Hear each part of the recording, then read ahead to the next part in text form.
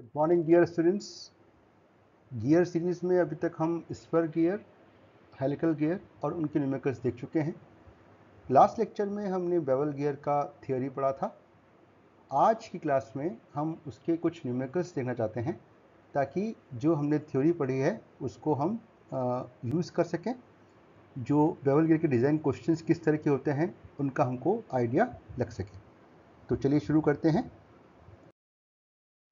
ये first simple सा question है जिसमें हमको कहा गया है कि एक बेवल पिनियन पे 30 टीथ हैं जो कि एक 48 टीथ वाले बेवल गियर से मैश कर रहा है और इनका एंगल है 90 डिग्रीज का, आपस में राइट एंगल पर है ना।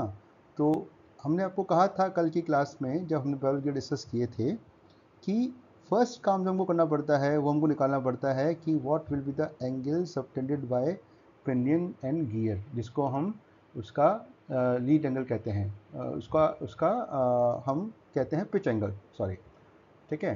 तो वो हमको पहला काम करना पड़ता है। तो ये हमको दिया हुआ है थीटा, तो हम निकाल सकते हैं। तो हमारा फॉर्मूला हो जाएगा आपका 10 gamma is Z P over Z G और 10 zeta is Z G over Z P, ठीक है। मॉड्यूल दिया हुआ है लार्ज एंड पे 4 mm का, क्योंकि बेवल गियर के दो एंड होंगे, एक लार्ज एंड एक स्मॉल एंड। तो लार्ज एंड पे जो मॉड्यूल है वही हमेशा लेते हैं, 4 mm का है। निकालना क्या है हमको? Pitch circle diameter for pinion and gear, pitch angle for pinion and gear और कोन डिस्टेंस। बड़ा आसान सा क्वेश्चन है। हमको अगर थियोरी क्लियर है तो बड़ी आराम से इसको 2 मिनट में हम सॉल्व कर सकते हैं। पीसीडी क्या हो जाएगा? पीसीडी हो जाएगा आपका डायमीटर ऑफ पिनियन हो जाएगी module into number of teeth on pinion, that is 30 into 4। Diameter of gear कितनी हो जाएगी? Module 4 into teeth on gear 48, ये हो जाएगी डायमीटर ऑफ गियर। फिर पिच एंगल अभी हमने बताया आपको 10 गामा और 10 जीटा, क्योंकि एंगल 90 डिग्री का है तो बड़ी आराम से निकल जाएगा। और कोन डिस्टेंस जो होती है A0, उसका फॉर्मूला हमको पता है dp²/2 प्लस dg²/2 होल का रूट, ये हमने कल क्लास में पढ़ा था। तो इसको यूज़ करके इजीली ये आप देख पा रहे हैं, हमने dp निकाला, dg निकाला, 10 गामा निकाला ZP/ZG, 10 जीटा निकाला ZG/ZP। तो गामा आया आपका 32 डिग्री का और जीटा आएगा 58 डिग्री रहेगी, क्योंकि dp dg पता है, dp²/2 प्लस dg²/2 होल का रूट, that is coming out to be 113.21। तो आप देख पा रहे हैं कि बड़े आराम से हमने इस क्वेश्चन को कर लिया। आइए चलते हैं। A pair of straight bevel gear has a velocity ratio of 2:1. Pitch circle diameter of pinion is 80 mm at the large end. 50 kilowatt power is supplied to the pinion that rotates at 800 rpm. Face width is 40 mm and pressure angle is 20 degrees. हमें tangential component of force, radial component और axial component निकालने हैं जो कि pinion पे लग रहे हैं। कोई दिक्कत नहीं है। हम जानते हैं कि अगर हमने एक बार टेंजेंशियल कंपोनेंट निकाल लिया तो हम रेडियल और एक्सियल कंपोनेंट के जो फॉर्मूले हैं फोर्स के, उनको यूज़ करके हम इस काम को कर सकते हैं। हमने पहले डाटा समराइज किया जो दिया हुआ है, velocity ratio, dp power, nb, face width और प्रेशर एंगल। पहला काम जो करेंगे हम निकालेंगे पावर से टॉर्क निकालेंगे, क्योंकि ft निकालेंगे हमको टॉर्क चाहिए। तो हमने पावर से टॉर्क निकाला, अपना फॉर्मूला P/60/2πn यूज़ करके। उसके बाद में क्योंकि हमको चाहिए पिच एंगल ऑफ पिनियन और पिच एंगल ऑफ गियर, तो गियर की ज़रूरत नहीं क्योंकि डिज़ाइन नहीं करना है इसमें। तो क्योंकि राइट एंगल था तो ZP/ZG से हमने गामा निकाल लिया, which is coming out to be 26.5656 degrees. क्योंकि हमको इसमें मीन रेडियस निकालनी पड़ेगी इसलिए हमने गामा निकाला है। उसका फॉर्मूला होता है dp/2 माइनस b साइन गामा/2। वैल्यूज पुट करी तो आ गया 31.05 mm। अब हम बड़े आराम से mt में rm का डिवाइड करेंगे तो हमें मिल जाएगा, mt में rm का डिवाइड किया, आ गया tangential force, that is 1921.79 newtons. We know that radial component is pt tan alpha cos gamma. Alpha pressure angle दिया हुआ है 20 डिग्री का, गामा हम निकाल चुके हैं, पीटी हम यहाँ पे निकाल चुके हैं। सिमिलरली पी ए होता है PT tan alpha sine gamma, है ना। तो दोनों कंपोनेंट बड़ी इजीली निकल जाएंगे। तो पिछले क्वेश्चन में हमने बेसिक चीज़ निकाली थी, इस क्वेश्चन में हमने कंपोनेंट्स निकाले, फोर्सेस कर रहे हैं। अभी थोड़ा सा आगे बढ़ते हैं डिज़ाइन पार्ट पे। A pair of straight bevel gear consist of 30 teeth pinion is smashing with a 45 teeth gear. Module और फेस फिट दिए हुए आपको 6 mm और 50 mm का। पिनियन और गियर दोनों बने हुए हैं किससे? स्टील से, जिसके लिए अल्टीमेट स्ट्रेंथ है 600 मेगापास्कल। हमें बीम स्ट्रेंथ निकालनी है। क्योंकि हमारा पिनियन और गियर दोनों का मटेरियल सेम है, तो थ्योरी ये कहती है कि अगर मटेरियल सेम होता है तो हम पिनियन को डिज़ाइन करते हैं, पिनियन के लिए निकालते हैं। डाटा समराइज किया। अब हमारा फॉर्मूला क्या होता है, ध्यान दीजिए ज़रा फॉर्मूले पे। हमारा फॉर्मूला होता है इसका, beam strength is D sigma B into M into B into Y into bevel factor, that is 1 minus B upon A0, है ना। तो उसको हम यूज़ करेंगे। उसके लिए हमको A0 चाहिए होगा। A0 कितना होता है, dp/2 square plus dg/2 square, that is coming out to be 162.25 mm। Gamma 10 gamma निकालेंगे ZP/ZG से। अज्यूम करना पड़ेगा, कुछ दिया हुआ नहीं है आपको शाफ्ट एंगल। जब भी आपको शाफ्ट एंगल दिया हुआ नहीं हो तो आप उसको 90 डिग्री मान सकते हैं। हमने अज्यूम किया कि शाफ्ट एंगल 90 डिग्री है, मतलब दोनों गियर राइट एंगल पर हैं। तो 10 गामा निकाला 33.69 डिग्रीज। क्योंकि इसमें हमको जो Z रखना है वो रखना है वर्चुअल, Y रखना है वो रखना है वर्चुअल नंबर ऑफ टीथ के लिए, है ना। तो ZP डैश निकालना पड़ेगा, ZP अपॉन कॉस गामा, वो आ गया 36.06। डाटा बुक में जाएंगे और आप लुइस फॉर्म फैक्टर देखेंगे, किसके लिए, इस वैल्यू के लिए 36.06 के लिए। वो तो है नहीं, 35 के लिए है और 37 के लिए है। तो हम इंटरपोलेशन से Z आपका Y निकालेंगे, है ना। वो आएगा आपका 0.3767 आपके पास में। तो आप बड़े आराम से बीम स्ट्रेंथ के फॉर्मूले में वैल्यूज पुट कर सकते हैं। M दिया हुआ है, B आपको दिया हुआ है, sigma B ultimate by 3 200 megapascal. Lewis form factor for virtual number of teeth 0.3767, 1 minus B by A0। B आपको, ये हमने क्यों यूज़ किया, क्योंकि हमको बी दिया हुआ था। तो हमें या तो हम 10 m लेते बी को, या हम A0 निकालते। तो हमने इस अप्रोच में क्या किया, हमने A0 निकाला। तो कुछ भी करके हमको एक न्यूमेरिकल वैल्यू मिल गई इसकी। इस वैल्यू को पुट किया तो beam strength is coming out to be 15636.82 newtons. इस मामले में हम इस क्वेश्चन में हमने क्या किया, हमने बेवल गियर के लिए बीम स्ट्रेंथ निकाली। आई होप आपको समझ में आ रहा होगा। नेक्स्ट क्वेश्चन पे चलते हैं। एक स्ट्रेट बेवल गियर है जिसपे पिनियन पे हैं 24 टीथ और गियर पे हैं 48 टीथ। आउटसाइड डायमीटर पे मॉड्यूल है 6 mm का, फेस विड्थ है 50 mm की। गियर्स बने हुए हैं किससे, FG220, this is grey cast iron having ultimate tensile strength as 220 megapascal. Pressure angle is 20 degrees. Pinion घूम रहा है 300 RPM पे और सर्विस फैक्टर है 1.5। Assuming that velocity factor accounts for dynamic load. जब भी आप ये लाइन देखें, भले से क्वेश्चन स्पर हो, हेलिकल हो, ब्रेवल हो, उसके मायने ये हैं, जब भी आप ये लाइन देखेंगे तो आपका P इफेक्टिव जो है वो हो जाएगा CS/PT/CV। मतलब आपको वेलोसिटी फैक्टर ही अकाउंट कर रहा है डायनामिक लोड को, है ना। क्या करना है, बीम स्ट्रेंथ निकालनी है, स्टैटिक लोड निकालना है जो कि गियर ट्रांसमिट कर सकता है with FOS of 2 for bending, और तीसरा rated power that the gears can transmit, है ना। अगर हम इक्वेशन को देखें तो इस पूरे क्वेश्चन में हमको पावर दी हुई नहीं है ना। तो पावर के लिए क्या करना पड़ेगा, पहले आप PT निकालेंगे, PT से आप टॉर्क निकालेंगे और टॉर्क से आप पावर निकाल लेंगे, है ना। जरा देखते हैं कैसे क्वेश्चन करेंगे। डाटा सारा समराइज किया।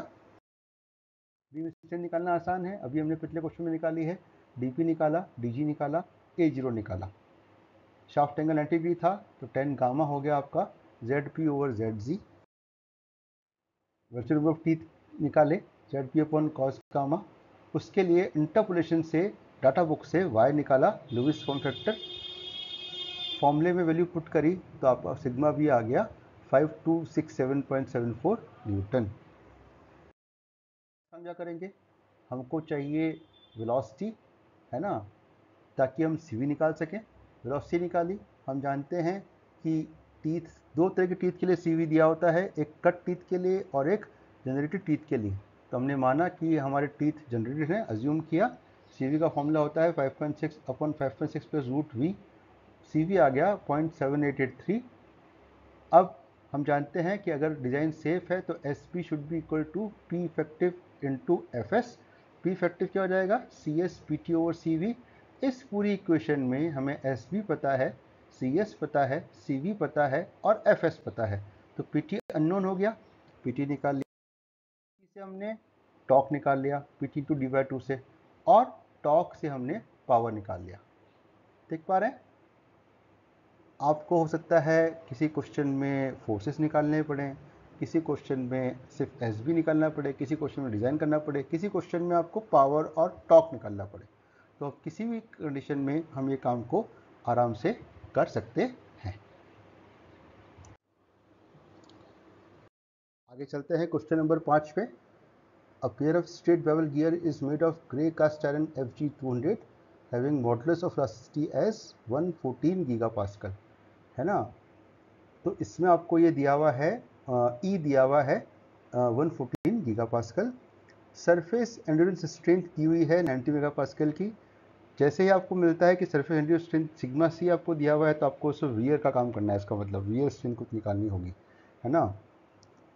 टीथ पिनियन पे हैं 30 और गियर पे हैं 40। मॉड्यूल और फेस विड्थ हैं 6 mm और 50 mm। प्रेशर एंगल है 20 डिग्री का। क्या करना है, निकालना है determine wear strength of the tooth. अगर आपने लेक्चर ढंग से पढ़ा हुआ है तो इसका सिंपल फॉर्मूला है DP/BQ/K upon cos gamma into 0.75। क्योंकि हमने देखा था कल लेक्चर क्लास में कि जो फेस विड्थ होती है उसका 3/4 पोर्शन ही इफेक्टिव होता है, क्योंकि आमतौर पे बेवल गियर्स जो होते हैं वो ओवरहैंग होते हैं, है ना। तो ये डाटा समराइज किया, फॉर्मूला है 0.75 DP/BQ/K upon cos gamma.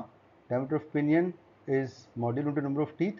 Face width दिया हुआ है, Q है रेशियो फैक्टर, निकालना पड़ेगा वर्चुअल नंबर ऑफ टीथ के लिए। K की वैल्यू होती है sigma C square sine alpha cos alpha 1/EP 1/EG upon 1.4। दोनों का मटेरियल सेम है, EPEG की वैल्यू सेम होगी। सिग्मा C दिया हुआ है, अल्फा दिया हुआ है, वैल्यू पुट करी तो K आ गया आपका 0.0326 मेगापास्कल। DP निकाल लिया हमने, अज्यूम किया। देखिए हमने हर क्वेश्चन में अज्यूम किया है, जब भी आपको शाफ्ट एंगल नहीं दिया हुआ है आपको थीटा 90 डिग्री अज्यूम करना है, जिससे हमारा काम थोड़ा सा आसान हो जाए। 10 गामा ZP अपॉन ZG। अब निकालना है रेशियो फैक्टर, उसके virtual number of teeth ZG upon ZG plus ZP 10 gamma, ये हमने फॉर्मूले में ऑलरेडी रख दिए थे। ये फॉर्मूला कहाँ से आया है, ZG dash upon ZG dash plus ZP dash. ZG dash कितना है, ZG dash is ZG upon cos zeta और ZP डैश है ZP अपॉन कॉस गामा, है ना। दोनों को वैल्यू पुट करा, तो सिम्प्लीफाई किया तो ये सीधा फॉर्मूला आ गया। चाहे तो आप अलग अलग से निकालें, चाहे आप इससे निकालें, ये फॉर्मूला डाटा बुक में दिया हुआ है। वैल्यू पुट करी, वैल्यू आई 1.28। तो SW कितना आ गया, पूरी इक्वेशन में अब SW अननोन है, वैल्यू पुट करी तो SW वियर लोड आ गया 352.08 न्यूटन्स। चलिए चलते हैं नेक्स्ट क्वेश्चन। ये फुल फ्लैश आपका क्वेश्चन आ गया है। हमें दिया हुआ है कि शाफ्ट हैं वो राइट एंगल पे डिसेट कर रहे हैं। पिनियन और गियर पे टीथ दिए हुए हैं 30 और 45। प्रेशर एंगल 20 डिग्री का है। पावर है 16.5 kilowatt at 500 RPM। Service factor है 1.5 का। Pinion and gear same material है दोनों का। अल्टीमेट स्ट्रेंथ है 570 megapascal and heat treated to a surface hardness of 350 BHN। 350 BHN पे इसको हीटेड किया गया है। ये आपका K निकालने के काम आएगा। Gears are manufactured in such a way that the error between two meshing teeth is limited to 20 micrometre. देखिए कहीं ये लिखा हुआ है कि velocity factor accounts for dynamic load. इसका मतलब हमको ये मानना है कि हमको जो एक्चुअल डायनेमिक लोड निकालना है उसके लिए हमको एरर चाहिए होगी, और वो एरर आपको सीधे से दी हुई है 20 micrometre. Mind you it is in micrometre, इसको आपको मिलीमीटर में कन्वर्ट करना पड़ेगा। मॉड्यूलर फेस विड्थ है 6 mm और 50 mm। सब कुछ दिया हुआ है, निकालना क्या है? निकालना है FOS। जो आपकी इक्वेशन होती है, इक्वेशन क्या होती है? फॉर बेंडिंग के लिए अगर गियर सेफ है तो SB should be equal to FS times P effective. तो FA कितना हो जाएगा? SB upon P effective. Similarly SW should be FS times P effective. तो FS फॉर पिटिंग फेलियर में सेफ होने के लिए SW अपॉन P इफेक्टिव। देखते कैसे करेंगे। डाटा को समराइज किया, पहले बीम स्ट्रेंथ निकालेंगे। बीम स्ट्रेंथ के लिए DP चाहिए, DG चाहिए, कोन डिस्टेंस चाहिए, 10 गामा चाहिए और जीटा ZP डैश चाहिए ताकि हम Y डैश निकाल सकें, है ना। ये वाला काम हम पिछले क्वेश्चंस में कर चुके हैं, तो कोई दिक्कत नहीं आनी चाहिए। इंटरपोलेशन से डाटा बुक से वर्चुअल नंबर ऑफ टीथ के लिए Y निकाला, लुईस फॉर्म फैक्टर निकाला। SP के फॉर्मूले में M दिया हुआ है 6, B 50, sigma B is ultimate by 3, 570/3। ये वर्चुअल नंबर ऑफ टीथ के लिए Y की वैल्यू और BY/A0 की वैल्यू यहाँ पे पुट करी तो SP आ गया 14854.98 न्यूटन। SW का फॉर्मूला हमने पिछले क्वेश्चन में काम किया है अभी, 0.75 dp/bq upon cos gamma. Value put करी, Q की वैल्यू हो जाएगी 2ZG upon ZG plus ZP 10 gamma. फॉर्मूले से मत घबराना, फॉर्मूले सारी डाटा बुक में आपको दिए हुए हैं, डाटा बुक एग्जाम में अलाउ होगी, ठीक है। तो ये रखा, Q की वैल्यू आई 1.3846। गियर्स स्टील के बने हुए हैं जिसके लिए अल्फा अगर 20 डिग्री फिक्स है तो K की वैल्यू हम इस फॉर्मूले से निकाल सकते हैं, वो आएगी 1.96 मेगा। वैल्यू पुट करी तो SW आ गया। अब हमको निकालना है P इफेक्टिव। P इफेक्टिव निकालना है हमको एक्चुअल P इफेक्टिव। तो फॉर्मूला क्या हो जाएगा? CS PT plus PD। तो पहले PT निकालेंगे। PT के लिए टॉर्क दिया हुआ है, सॉरी पावर दी हुई है, टॉर्क निकाला और टॉर्क से हमने PT निकाल लिया। निकालेंगे PT का फॉर्मूला हमको पता है 21V CEV plus PT upon 21V plus root CEV plus PT। Value सारी पुट करी। C का फॉर्मूला आपको डाटा बुक में मिल जाएगा, वैल्यू सीधी मिल जाएगी 20 डिग्री गियर के लिए और स्टील के लिए, स्टील के अगर गियर बने हुए हों तो C is 11400 mega pascal. Error सीधी से दी हुई है, मिलीमीटर में रखना है। बाकी सारी चीज़ें पता है। वेलोसिटी हमने निकाल ली 4.7124 मीटर्स पर सेकेंड। वैल्यू पुट करी तो PD आ गया, है ना। अब क्या हो जाएगा? CS दिया हुआ था, CS PT plus PD 11923.78 newton. FOS against bending equation क्या होनी चाहिए? SB should be equal to FS times P effective. तो FS फॉर बेंडिंग आ जाएगा 1.25। Similarly FS for wear load आ जाएगा SW अपॉन P इफेक्टिव 1.85।